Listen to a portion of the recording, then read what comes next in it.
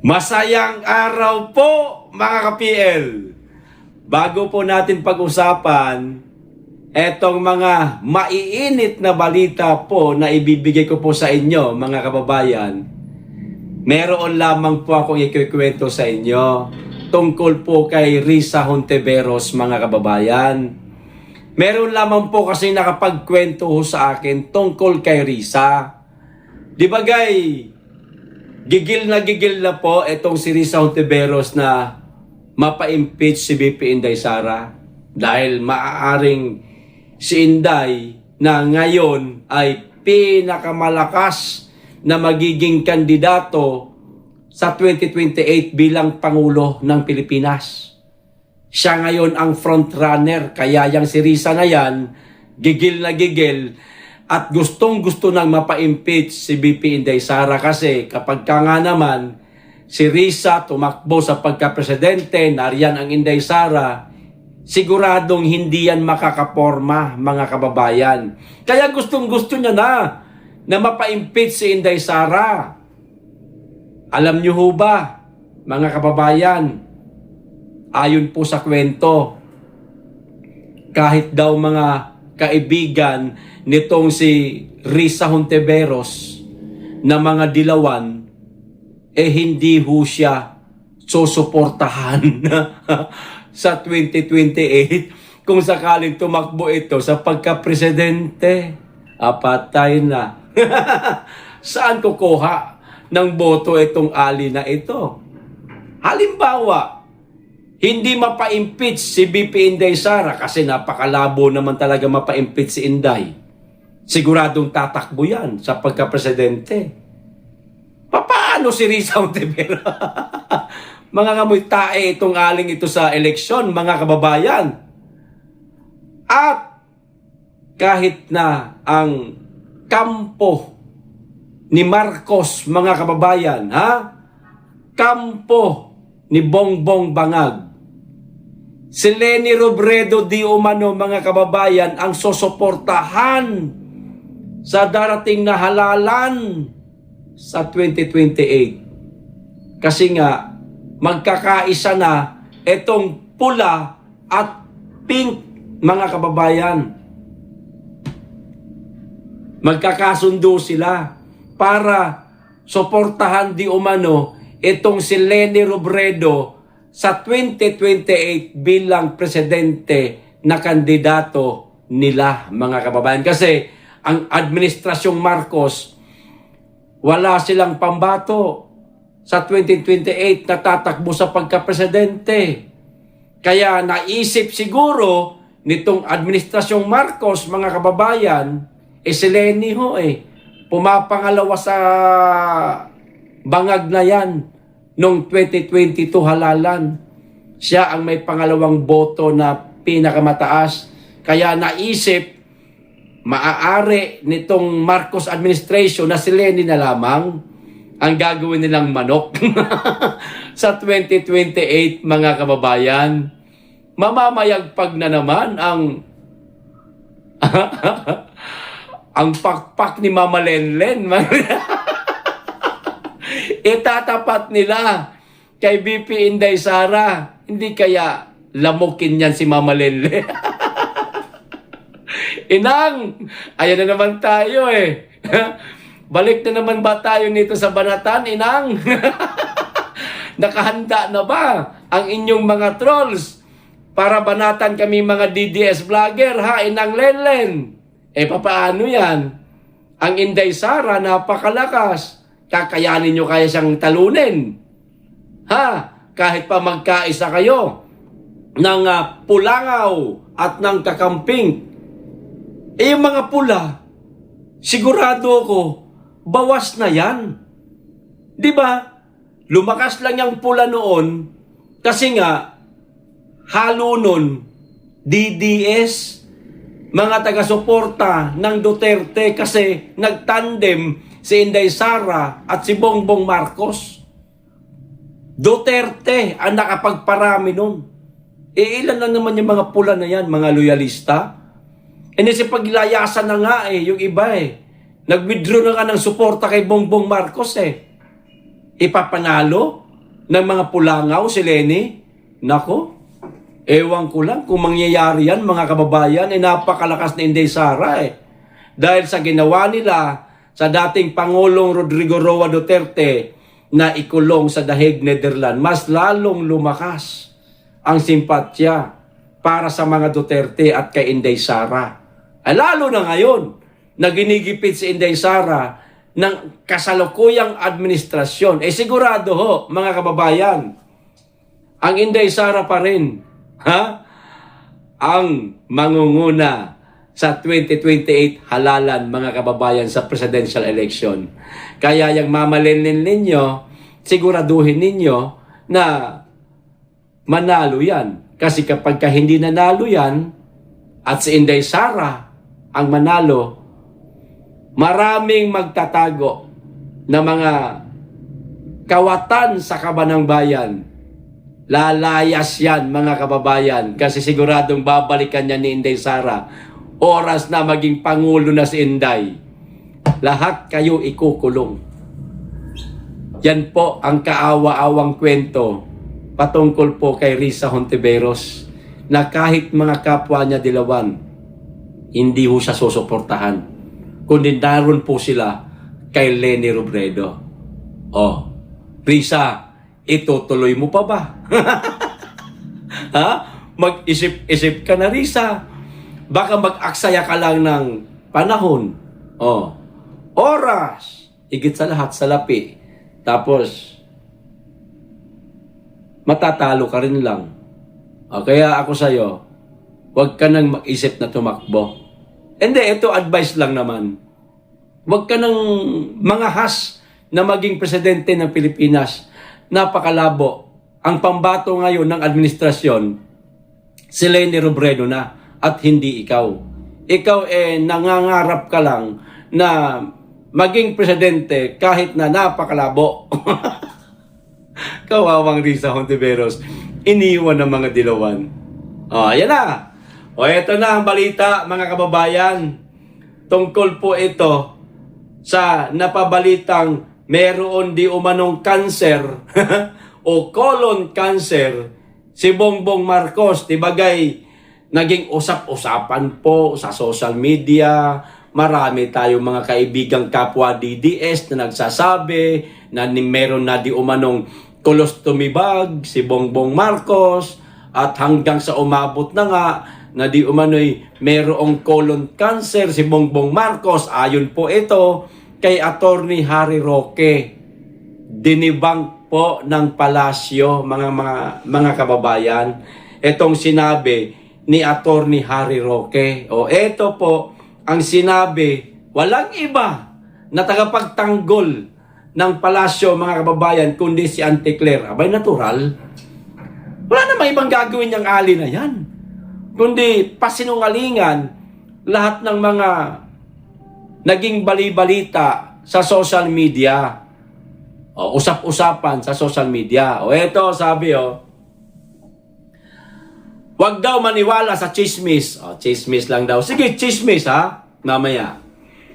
Binuweltahan ni PCO Yussi Claire Castro si dating presidential spokesperson Harry Roque na umano'y nagpapakalat ng balitang may colon cancer si Pangulong Ferdinand Marcos Jr.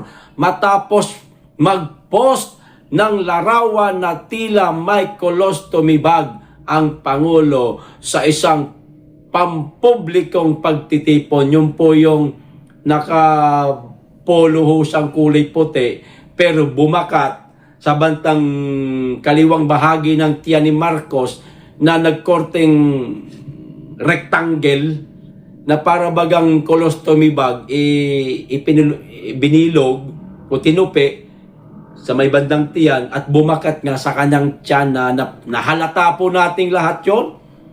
Ito pa, sa press briefing ngayong Miyerkules, Pebrero 11, mariing itinanggi ni Castro ang aligasyon at tinawag si Roque na isang fake news peddler. Aniya, ang naturang paratang ay malinaw na kasalungalingan at o distraction lamang at mariing ipinagtanggol ang Pangulo laban sa mga maling impormasyon. Ito pa, isa sa mga sinabi ni Claire Castro. Giit ni Castro. Yun na nga po ang masama kasi mga rumors, mga chismis, mga walang katotohanan na nakakapanira sa gobyerno. Bakit, Auntie Claire? Hindi ba sira? Ha? Ang gobyerno sa kasalukuyang administrasyong Marcos?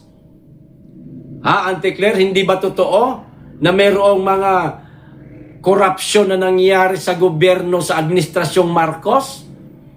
Hindi ba totoo, Auntie Claire, na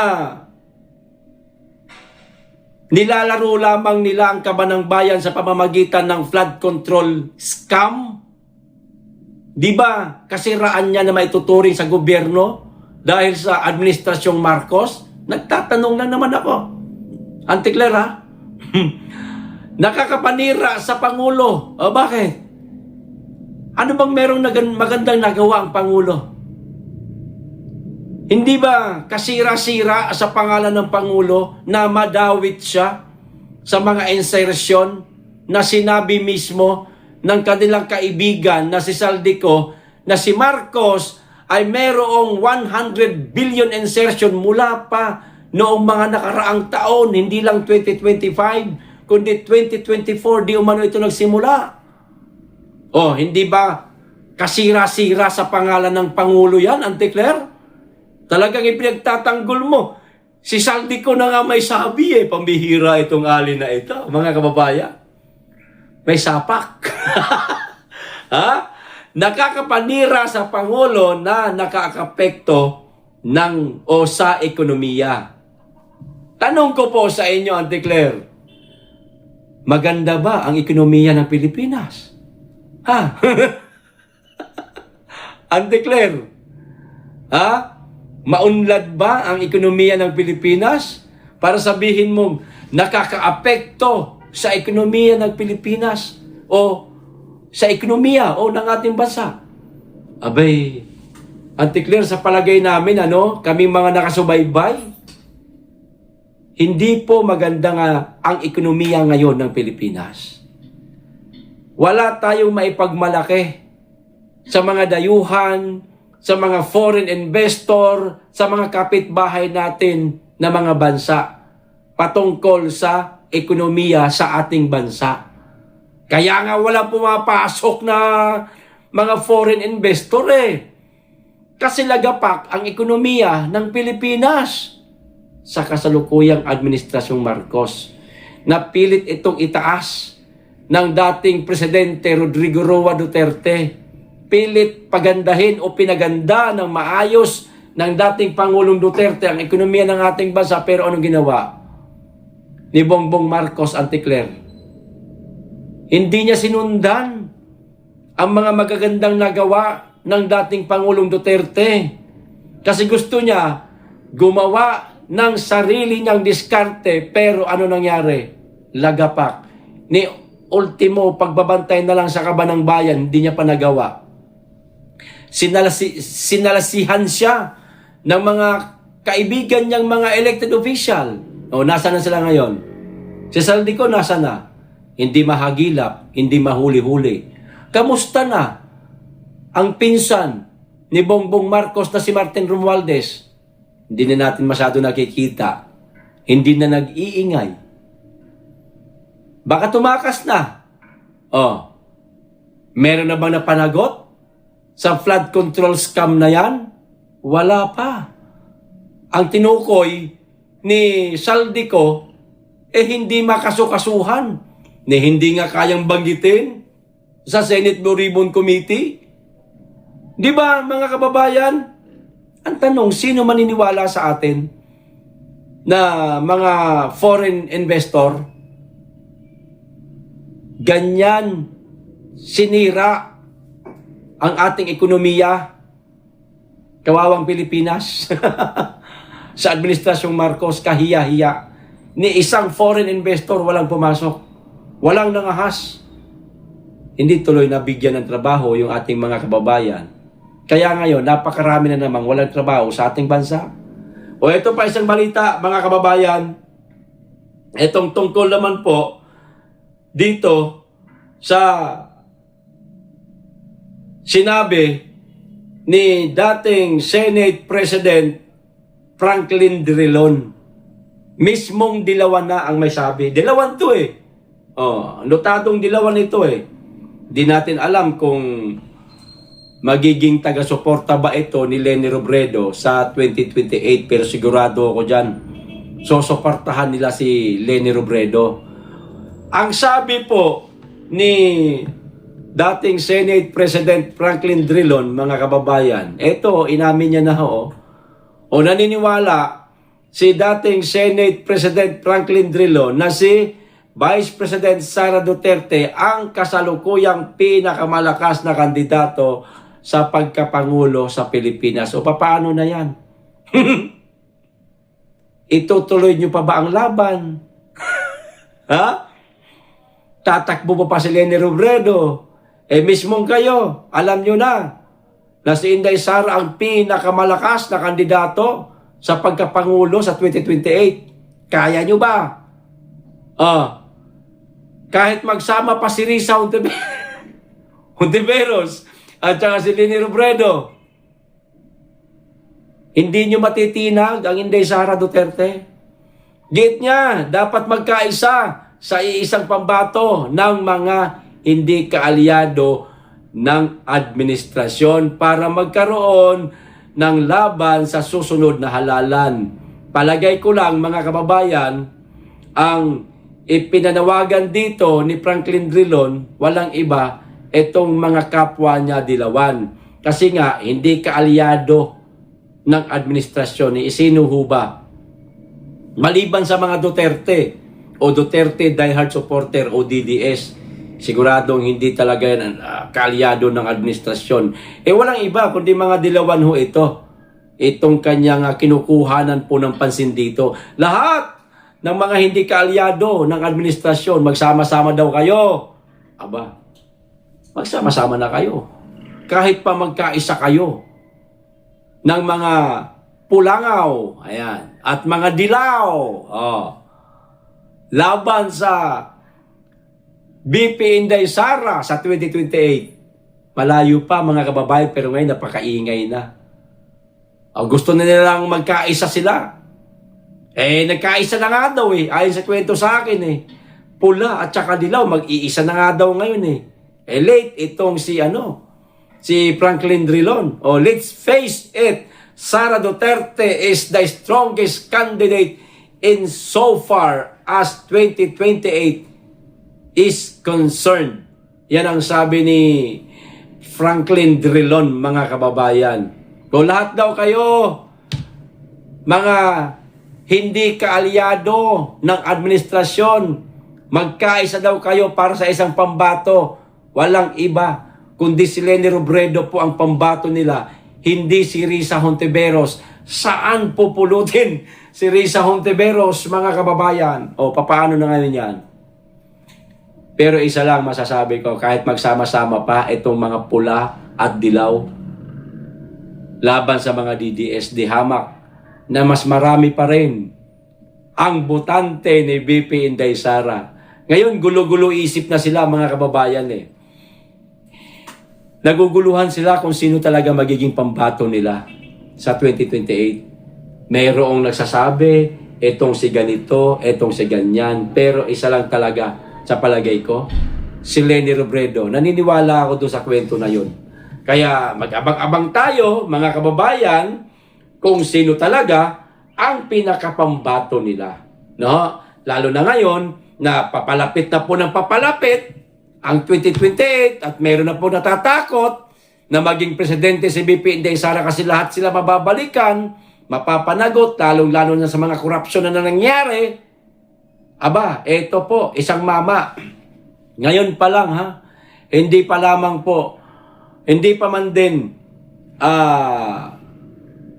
election period o halalan, malayo pa hindi pa man din nananalo bilang Pangulo ang ating Inday Sara, Natatakot na, nangangatog na si Trillanes, mga kababayan.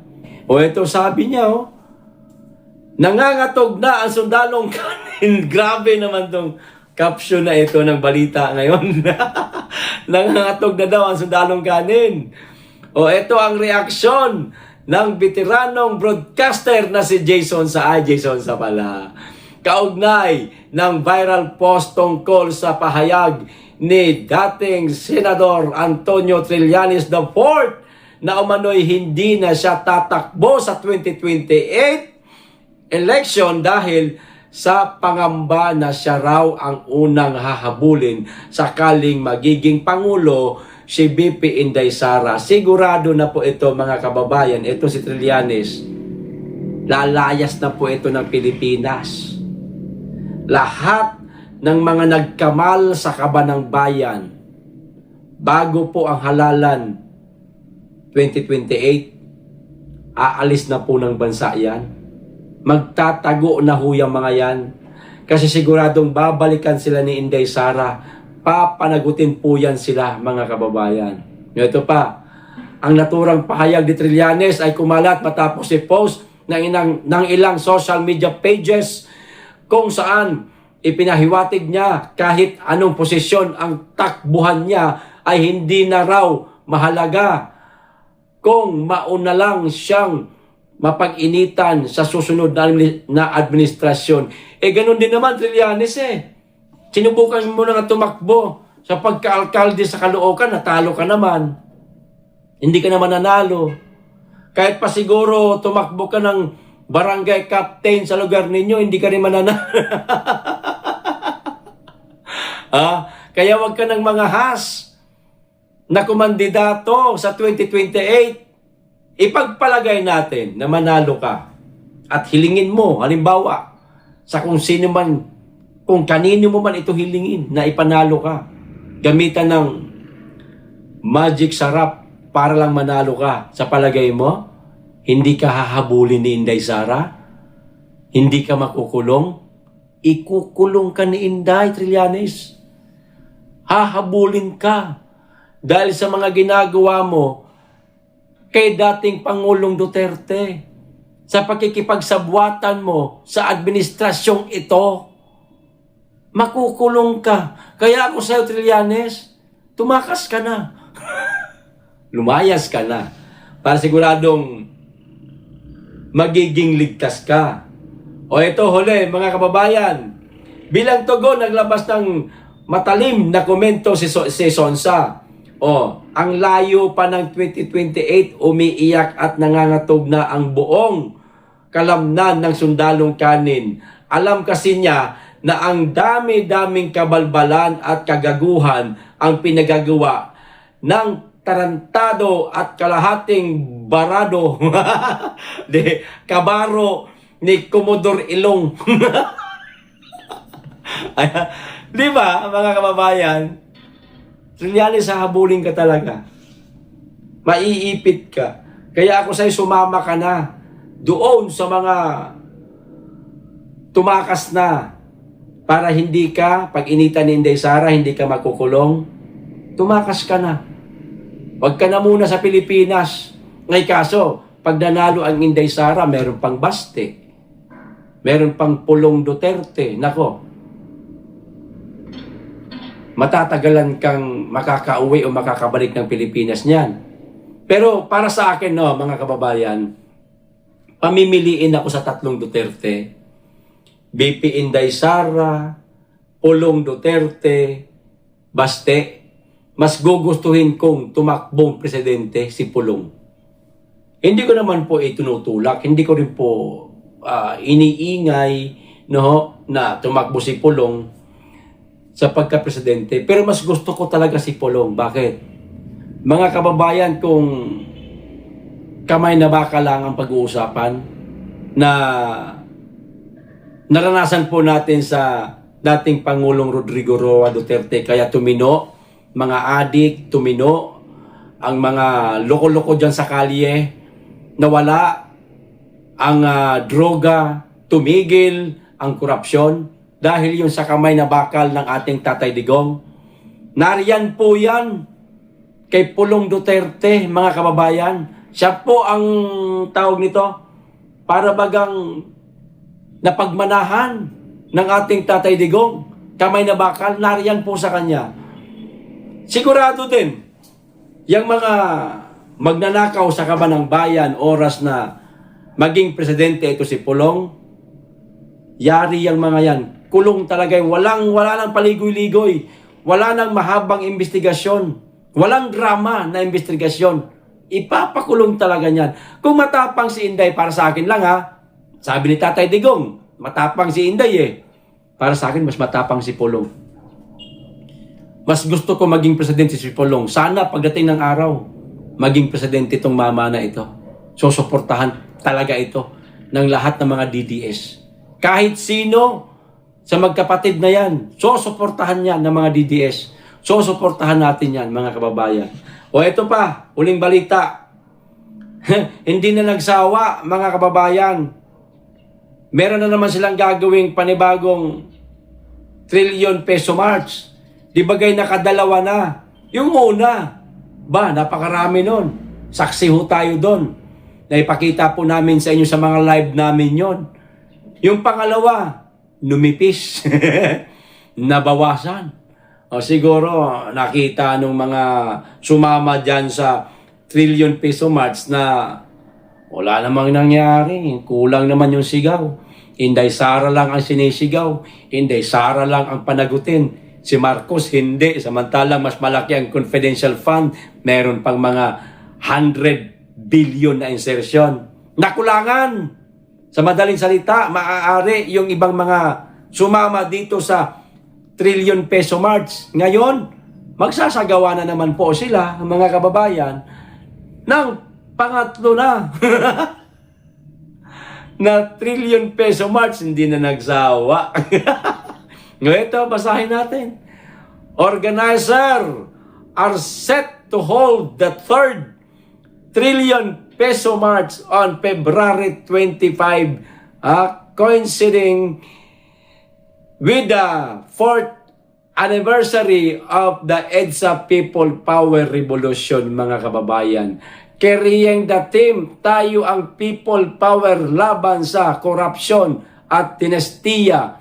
The event aims to highlight calls against corruption and political dynasties. Activities include a mass symposium and a march leading to the EDSA shrine. Organizers said 86 Catholic dioceses nationwide are expected to join the commemoration. Ayan, isasabay daw nila, mga kababayan, sa EDSA anniversary itong 3rd edition of Trillion Peso March. Ayan, no? Itong 3rd edition na ito. Ewan ko lang kung dadayuhin ito ng mga kapwa ninyo dilaw. Kasi nung pangalawang beses na Trillion Peso March, kumonti kayo. Yung dami, mga kababayan, saksi kami. Yung dami nung una, nagkaroon ng pangalawa, kalahati na lang eh. Wala na. Kahit mga kapwa nyo dilaw, hindi na sumasama sa mga rally ninyo. E paano yan? Ang pambato ninyo, si Leni Robredo, magsasama di umano itong pula at dilaw. Yung pink, dilaw din naman kasi yan. Nagpalit lang ng kulay, pero yun pa rin ang mukha ng tao. Saan kayo kukuha? Yung ibang dilaw, ayaw na sumama sa inyo. Naku po. O baka naman sa rally lang, hindi sumama. Pero pagdating sa election, baka iboto rin si Leni. Hindi ho eh. Ang kwento-kwento nga, mga kababayan eh. Dahil marami daw na dismaya doon sa pinakaunang Trillion Peso March. Bakit daw si Inday Sara lang ang dapat panagutin? Dapat daw pati si Bongbong Marcos panagutin daw. Kaya nung pangalawa na Trillion Peso March, wala nang dumalo. Kaunti na lamang ang dumalo na mga dilawan. Nadismaya din sila eh. Election 2028. Paano yung mga tumiwalag na mga dilawan? hindi na magiging kabahagi sa boto para kay Leni Robredo yon, mga kababayan. Hindi natin alam. Baka nag-convert na yon as DDS. Ha? Mas lalo pang nadagdagan tuloy ang DDS. Ang sakit sa ulo nito. Sa 2028, mga kababayan, hatakan ito ng mga botante. Kaya ngayon pa lang, mga kaibigan kong DDS, lagi po natin ikikwento sa ating mga kapitbahay. Suportahan natin ang mga Duterte. Higit sa lahat, iboto natin si BP Inday Sara. Ikwento natin sa ating mga kapitbahay kung paano po nila pinagnakawan ang Kaban ng Bayan. Alam niyo na po kung sino yung mga nagnakaw sa Kaban ng Bayan. Ikwento niyo na lamang po sa inyong mga kapitbahay. Alam niyo na rin kung sino yung mga mastermind sa mga korupsyon na nangyari ngayon. Ikwento niyo rin po sa inyong mga kapitbahay para makaiwas po sila. Baka mamaya mabudol po sila nitong nagsamang pula at dilaw. Iboto ho nila. Naloko na. Magpapatuloy po ang nakawan sa Kaban ng Bayan. Di po ba? Tayo po ang apektado at kawawa. Okay, hanggang dito lang. Maraming salamat. Mag-iingat kayo lagi at higit sa lahat, mahalin po natin ang Pilipinas.